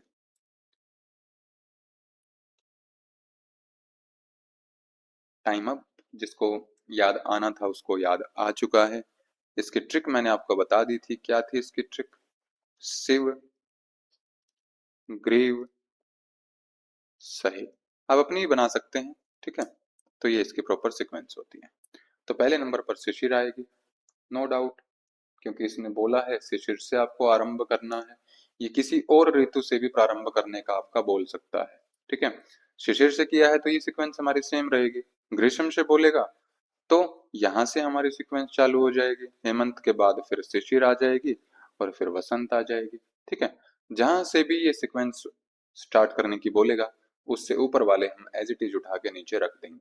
ठीक है, तो शिशिर पहले नंबर पर, दूसरे नंबर पर आपकी आएगी वसंत, तीसरे नंबर पर ग्रीष्म, 4 नंबर पर वृषा, 5 नंबर पर शरद। ठीक है, तो यही सीक्वेंस है आपकी। अब इससे एक क्वेश्चन और बन सकता है। अच्छा, आपसे पूछेंगे कि रस कौन सा प्रधान है उस ऋतु में, मिलान करने के लिए आपसे पूछा जा सकता है। तो आप ये याद रखेंगे। ठीक है, इसकी चाहे आप ट्रिक बना लो या फिर वैसे याद कर लो। आप कैसे याद करेंगे इसको? शिशिर ऋतु, जो ला हमारी सीक्वेंस क्या थी रस की? मधुर, अम्ल, लवण, कटु, तिक्त, कषाय, ये हमारी सीक्वेंस थी। ठीक है, तो अब नीचे से हम इसको स्टार्ट करेंगे। यहां तक हमारी आती है सीक्वेंस इसकी। चलो दोबारा लिख देते हैं।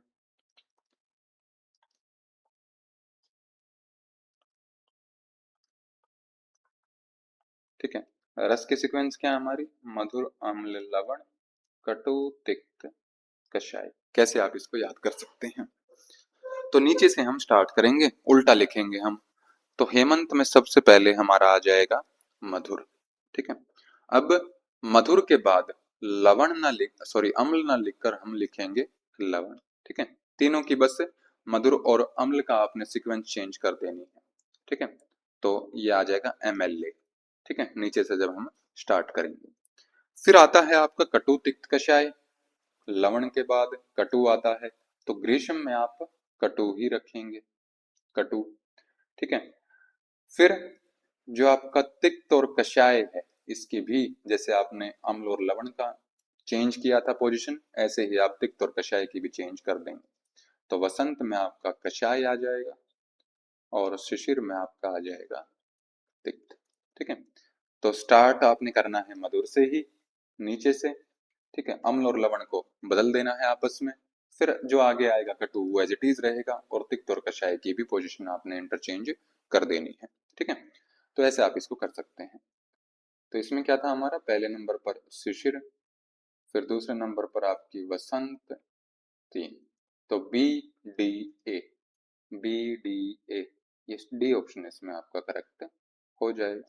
ठीक है, बाकी भी सीक्वेंस आप चेक कर सकते हैं इसमें। अगला क्वेश्चन आता है, कफ प्रकृति वाले के लिए आहार के निम्नलिखित में से कौन से प्रकार लाभदायक हैं? वही सेम जो हम तीन टेबल अभी तक करते आए हैं वात पित्त कफ के गुण की, वही आपको यहाँ पर भी काम आएगी। ठीक है, तो कफ के लिए फायदेमंद ये पूछ रहा है, यानी कि कफ की लिस्ट में जो नाम इसमें से नहीं है वो फायदेमंद है। तो स्निग्ध आता है कफ की लिस्ट में, तो यानी कि ये फायदेमंद नहीं है। गुरु भी आता है, ये भी फायदेमंद नहीं है। तो बचा आपका लघु और रुक्ष, यानी कि बी और सी ऑप्शन इसमें आपका करेक्ट हो जाएगा। ठीक है, एक बार और रिवाइज कर लीजिए इसको। वात में आप क्या आएंगे? रुक्ष, शीत, लघु, सूक्ष्म, चल, विशद, खर। पित्त में आप क्या आएंगे? स्नेह, उष्ण, तीक्ष्ण, द्रव, अम्ल, सर, कटु। ये पित्त के होंगे। कफ के होंगे आपके गुरु, शीत, मृदु, स्निग्ध, मधुर, पिच्छिल, श्लेष्म। ठीक है, तो इसमें सेकंड ऑप्शन आपका करेक्ट हो जाएगा। अगला क्वेश्चन आता है, विश्व स्वास्थ्य संगठन की स्वास्थ्य की परिभाषा में स्वास्थ्य के किस आयाम का उल्लेख नहीं किया गया है? अब इसमें कई सारे क्वेश्चन बन जाते हैं। सबसे पहले, WHO की फुल फॉर्म क्या है? विश्व स्वास्थ्य संगठन, वर्ल्ड हेल्थ ऑर्गेनाइजेशन। ठीक है, इसने क्या डेफिनेशन दी है? ठीक है, वो हम देखेंगे। पहली बात आती है इसकी स्थापना कब हुई थी। तो 7 अप्रैल 1948 को इसकी स्थापना हुई थी, और इस 7 अप्रैल को ही विश्व स्वास्थ्य दिवस मनाया जाता है, वर्ल्ड हेल्थ डे मनाया जाता है। ये भी आपसे पूछ सकते हैं। ठीक है, तो क्या डेफिनेशन दी है इन्होंने कि health is a state of,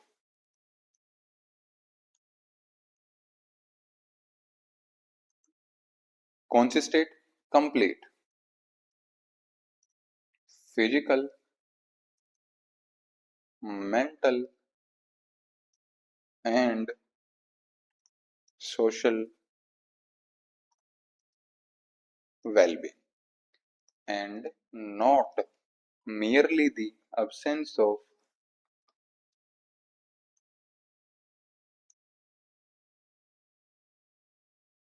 disease और infirmity। ये इसकी कंप्लीट डेफिनेशन दी गई है। ठीक है, इसमें से सीधा सीधा डेफिनेशन से क्वेश्चन इसने पूछ लिया है कि कौन सा एस्पेक्ट इन्होंने शामिल नहीं किया है हेल्थ में। तो फिजिकल भी किया है, शारीरिक तो किया है, मेंटल भी किया है, मानसिक भी किया है, सोशल भी किया है। तो बचा आपका सी ऑप्शन, स्पिरिचुअल एस्पेक्ट इसमें नहीं लिया है इन्होंने। ठीक है। आचार्य सुश्रुत की मैं आपको बता चुका हूं, शम दोष, समाग्नि, सम धातु मल्ल क्रिया। रिवाइज कर लीजिए इसको, क्वेश्चन बन सकता है। प्रसन्न आत्मा इंद्रिय मन। ठीक है, ये आचार्य सुश्रुत ने बताया है। ठीक। एक आता है आपका होलिस्टिक हेल्थ। होलिस्टिक हेल्थ क्या होती है? समग्र स्वास्थ्य।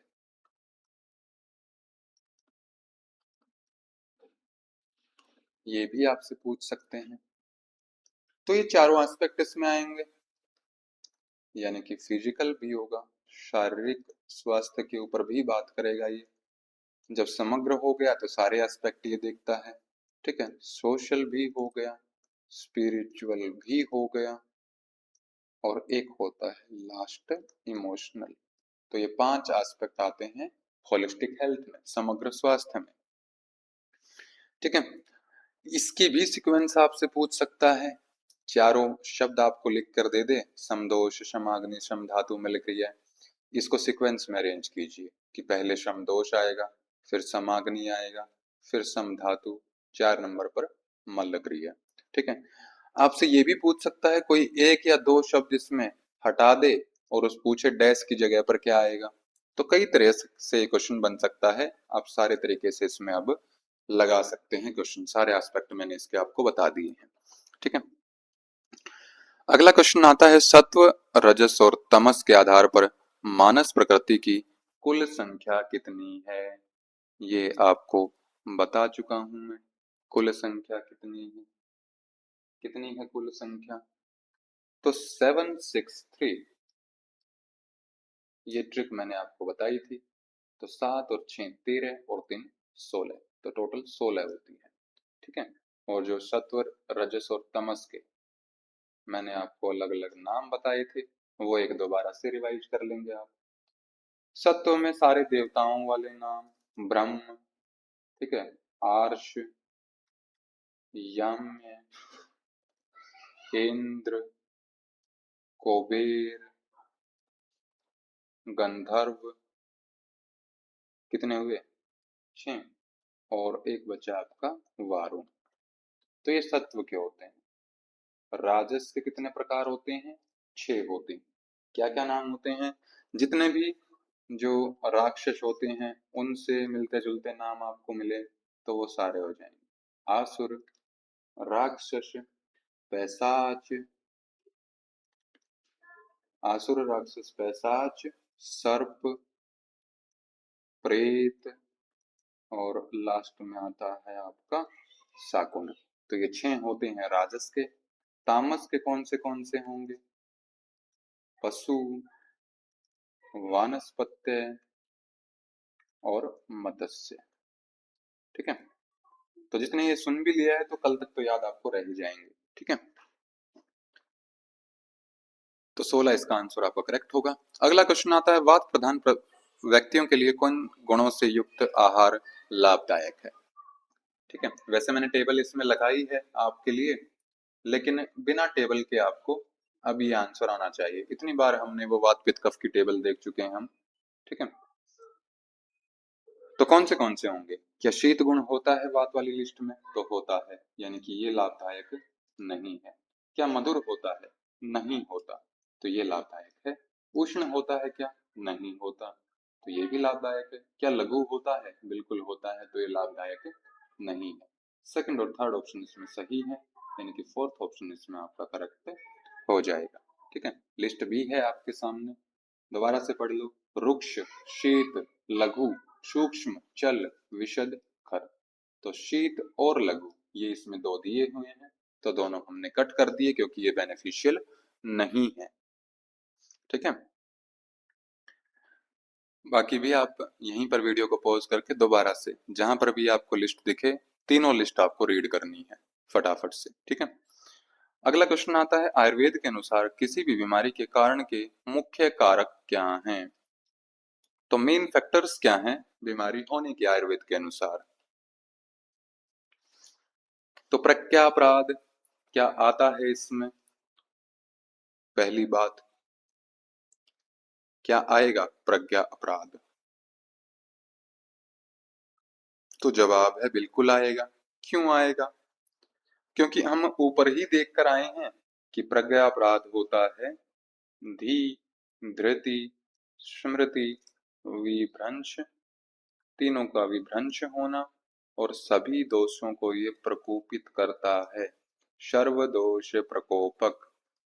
तो सभी दोषों को प्रकोप करता है तो बीमारी तो पैदा करेगा ये, यानी कि सेकंड तो आपका आएगा ही आएगा। तो जहां पर सेकंड नहीं है उस ऑप्शन को कट कर दीजिए। ठीक है। सातम में इंद्रियार्थ संयोग। जो इंद्रियां हैं उनका जो अर्थ है, यानी कि उनका जो विषय है उसके साथ जो संयोग हो वो सातम में हो, यानी कि वो हेल्दी उनके बीच में कॉम्बिनेशन बने। तो हेल्दी कॉम्बिनेशन बने तो वो बीमारी का कारण नहीं होगा, यानी कि ये बीमारी का कारण नहीं है, ये स्वास्थ्य का कारण है। बीमारी का कारण क्या होगा? असातम्य इंद्रियार्थ संयोग, ये बीमारी का कारण है। ठीक है। दूसरे नंबर पर आ गया प्रज्ञापराध, यानी कि एक आपका नहीं आएगा। ठीक है। तो मुख्य कारक है पूछा है इसने, यानी कि जिसमें आपका एक लिखा है वो आपका ऑप्शन हो सकता है, जिसमें एक नहीं है उसको आप कट कर देंगे।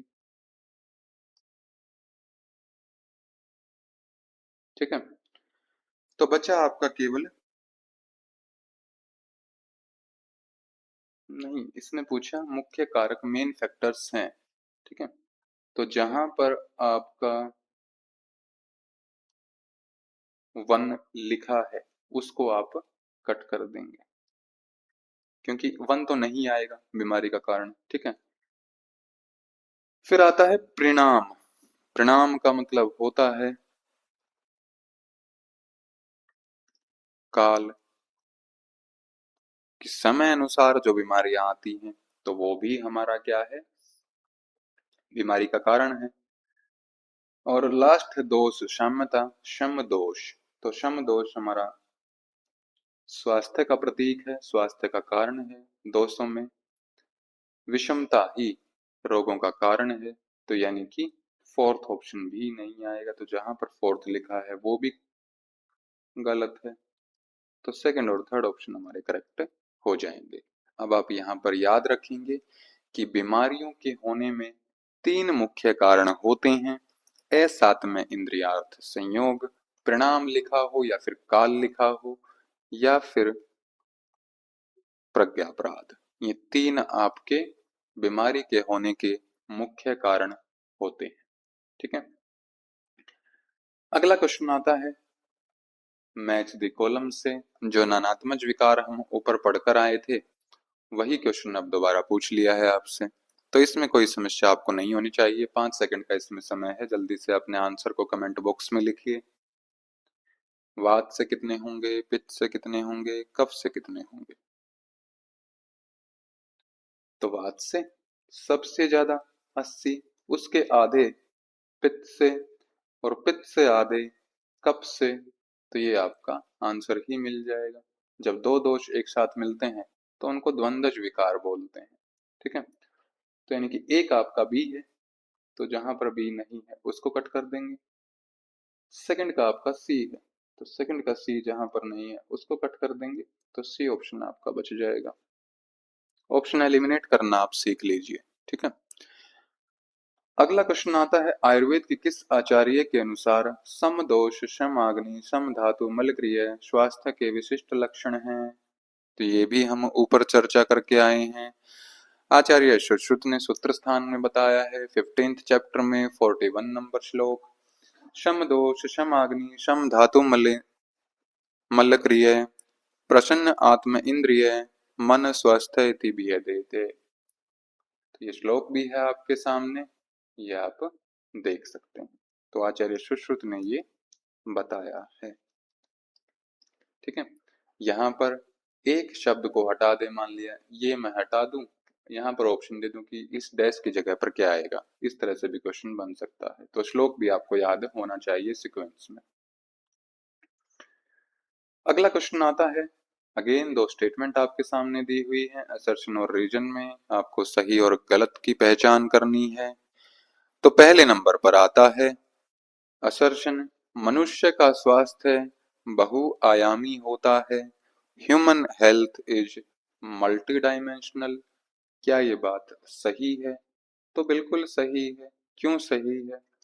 क्योंकि उसमें फिजिकल एस्पेक्ट भी होता है, शारीरिक भी होता है, मेंटल यानी कि मानसिक भी होता है, सोशल भी होता है।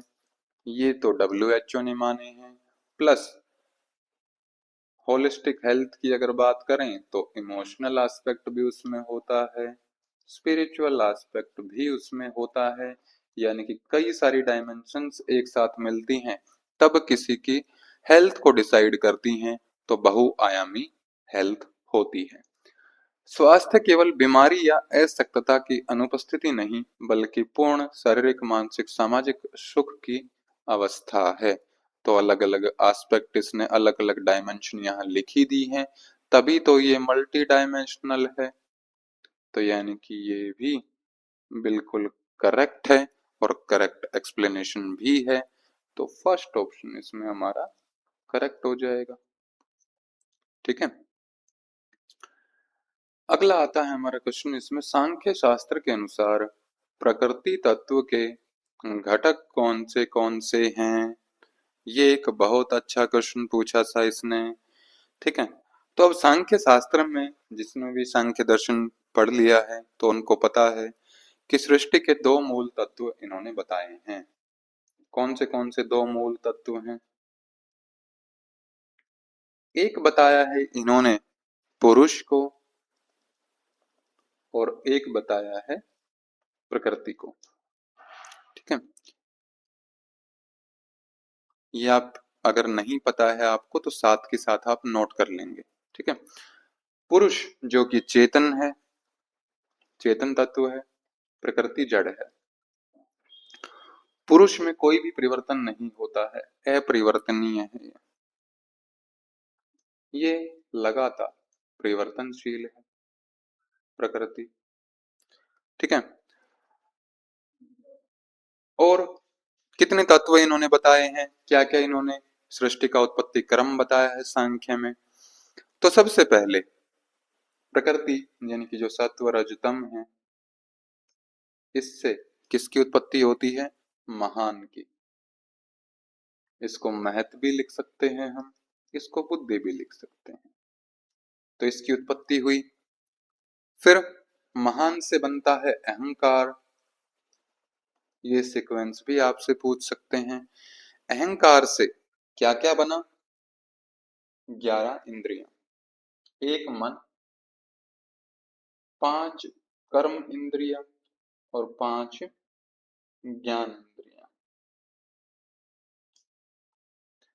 तो जो 5 ज्ञान इंद्रियां हैं, इनसे या फिर इन सब से मिलकर क्या बना? 5 तन्मात्रा। 5 तन्मात्राओं से मिलकर बना पंच महाभूत। ठीक है। तो ये सृष्टि का उत्पत्ति क्रम है। ठीक है। अब डिटेल में अपना जो सांख्य दर्शन की आपकी जो क्लास है उसमें ये डिटेल में देख सकते हैं कि क्या इसका मतलब है। ठीक है। मेन है कि हमें ये क्वेश्चन को समझना है कि प्रकृति तत्वों के घटक कौन से हैं। तो क्या वात पित्त कफ है? आया कहीं पर वात पित्त कफ? नहीं, शारीरिक दोष है ये। ठीक है। उसके बाद आता है सत्व रजतम, प्रकृति के अंदर आते हैं। तो यही हमारे क्या है, इसके घटक हैं। मन बुद्धि अहंकार। तो मन बुद्धि अहंकार ये आपके अंतःकरण चतुष्टय का पार्ट है, प्रकृति तत्व में नहीं आते हैं। वाक पानी वायु ये कर्मेंद्रियां हैं, ये भी आपका प्रकृति तत्व का घटक नहीं है। ठीक है। तो सेकंड ऑप्शन इसमें आपका करेक्ट हो जाएगा। इसमें एक श्लोक भी है, आप इसको भी देख सकते हैं। इसको मैं यहाँ से हटा देता हूँ। ठीक है। क्या लिखा है सांख्य दर्शन में? सत्व रजस तमसाम साम्य अवस्था प्रकृति, कि सत्व रज और तम इन तीनों की साम्य अवस्था ही क्या है, प्रकृति है। प्रकृति और कुछ भी नहीं है। ये तीन गुण जब साम्य अवस्था में रहते हैं, समान अवस्था में रहते हैं, तो उसी को प्रकृति बोला जाता है। ठीक है। अगला क्वेश्चन आता है, सकारात्मक अभिवृत्ति, प्रसन्नता, हल्कापन, आध्यात्मिक जागृति और चेतना निम्नलिखित में से किसके विशेषताएं हैं। तो अब बताने की भी जरूरत नहीं है मुझे, मैं ऊपर सत्व रजतम तीनों के आपको डिटेल में करवा चुका हूँ। ठीक है। और फिर भी आपको डिटेल में देखना है तो भगवत गीता चैप्टर 14 को आप रेफर कीजिए, उसमें तीनों गुणों का डिटेल में बताया गया है। और एग्जाम में जाने से पहले आपको ये रिवाइज करके ही जाने हैं, सत्व रजतम इनसे क्वेश्चन पूछा जाता है। ठीक है। तो पॉजिटिव थिंकिंग ये आपका सत्व गुण में आता है। ठीक है। यहाँ पर आपका ये बताया भी था कि सकारात्मक सोच, प्रसन्नता, ठीक है, हल्कापन, आध्यात्मिक जागृति, ये सारे सत्व गुण के अंदर आती हैं चीजें। अगला क्वेश्चन आता है, एक व्यक्ति में तामसिक व्यक्तित्व के क्या क्या अभिलक्षण होते हैं। तो ये भी भगवत गीता चैप्टर 14 श्लोक नंबर 13, उसमें तामसिक गुण के बारे में बताया है कि उसके तामसिक व्यक्तित्व में क्या क्या अभिलक्षण होते हैं। क्या क्या बताया है उसमें, उसमें बताया है, इसके रेफरेंस में यहाँ पर लिख देता हूं, भगवत गीता 14 चैप्टर 13 नंबर श्लोक। अप्रकाशो अप्रवृत्तिश्च प्रमादो मोह एव च तमस्य तानि जायन्ते विवृद्धे कुरुनन्दन। क्या मतलब है इसका, कि अप्रकाश, अप्रकाश मतलब अंधकार। जो हम ऊपर भी जो मैंने आपको एक टेबल दिखाई थी, उसमें लिखा हुआ था अंधकार को रिप्रेजेंट करता है कौन, तमगुण। अप्रवृत्ति यानी कि प्रवृत्ति ना होना विषयों में, आलस्य जिसको हम बोलते हैं। ठीक है, कि पड़ा रहता है, वो कुछ काम करता ही नहीं है। प्रमाद, प्रमाद रहता है उससे। प्रमाद का मतलब,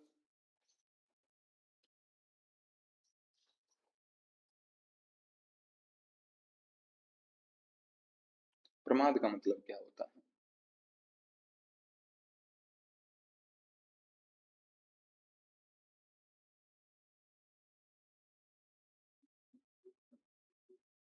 प्रमाद का मतलब होता है जो काम करने लायक नहीं होते, उन काम में उसका मन लगना शुरू हो जाता है, यानी कि जो नहीं करना वो सबसे पहले करेगा, मोह हो जाता है।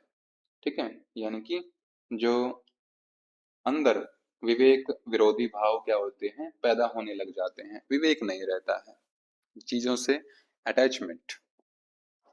तो ये सारे किसके गुण हैं, तामस प्रकृति के हैं, तामस व्यक्तित्व के हैं। तो प्रवृत्ति क्या आएगा इसमें, तो नहीं आएगा, क्योंकि अप्रवृत्ति आएगा। ठीक है। विरक्ति नहीं, मोह है इसमें, विरक्ति नहीं है। लोभ है, बिल्कुल है। अप्रकाश भी है। तो थर्ड और फोर्थ ऑप्शन इसमें करेक्ट हो जाएंगे। बाकी श्लोक अगर आप देखेंगे इसमें तो वहां पर आपको लोभ भी मिल जाएगा। ठीक है। तो ये आपका था 39 नंबर क्वेश्चन, फोर्थ ऑप्शन इसमें करेक्ट हो जाएगा। अगला क्वेश्चन आता है, अगेन मैच द लिस्ट से। अब यहाँ पर आपको दिए हुए हैं महाभूत और उनकी तन्मात्राएं। इससे आसान क्वेश्चन आपसे यूजीसी नहीं पूछ सकती। ठीक है। तो ये याद करने के लिए, जिसको अभी तक भी नहीं पता है तो आप इसको याद कर लेना अच्छे से। आकाश शब्द, वायु आपके शरीर पर लगती है, आपको फील होता है, स्पर्श। अग्नि जब लाइट होती है तभी आप रूप देख पाते हो। जल, रस, पृथ्वी जैसे बारिश होती है तो पृथ्वी पर बारिश की बूंदें गिरती हैं तो अच्छी सी स्मेल आती है, तो पृथ्वी गंध। तो जल, रस पहले का आपका फोर्थ ऑप्शन होगा। तो केवल एक ही ऑप्शन में है डी ऑप्शन, तो ये आपका ऑप्शन करेक्ट हो जाएगा। ठीक है, अब लास्ट क्वेश्चन इसमें आता है, उद्भव के अनुसार व्यवस्थित इनको आपको करना है। उत्पत्ति के आधार पर इनको सीक्वेंस में अरेंज कीजिए। तो सबसे पहले किसकी उत्पत्ति हुई? तो सबसे पहले आकाश की उत्पत्ति होती है, ये मैं सीक्वेंस आपको बता चुका हूँ। आकाश के बाद वायु की उत्पत्ति होती है। सबसे पहले नंबर पर आकाश है, केवल यही आपको पहचानना था, आपका आंसर आ जाएगा। ठीक है, ये करेक्ट सीक्वेंस इसकी रहती है, आप इसको भी याद कर लेंगे। ठीक है, तो ये सारे पीवाईक्यू हमने इसके देख लिए हैं, जितने भी आयुर्वेद से अभी तक पूछे गए हैं। अगर इसमें आपको कोई भी डाउट है तो आप कमेंट करके पूछ सकते हैं। ठीक है, नहीं तो इसको आप अच्छे से रिवाइज कीजिए और अपने परीक्षा की तैयारी कीजिए। ओम श्री गुरुभ्यो नमः। ओम शांति शांति शांति। सभी को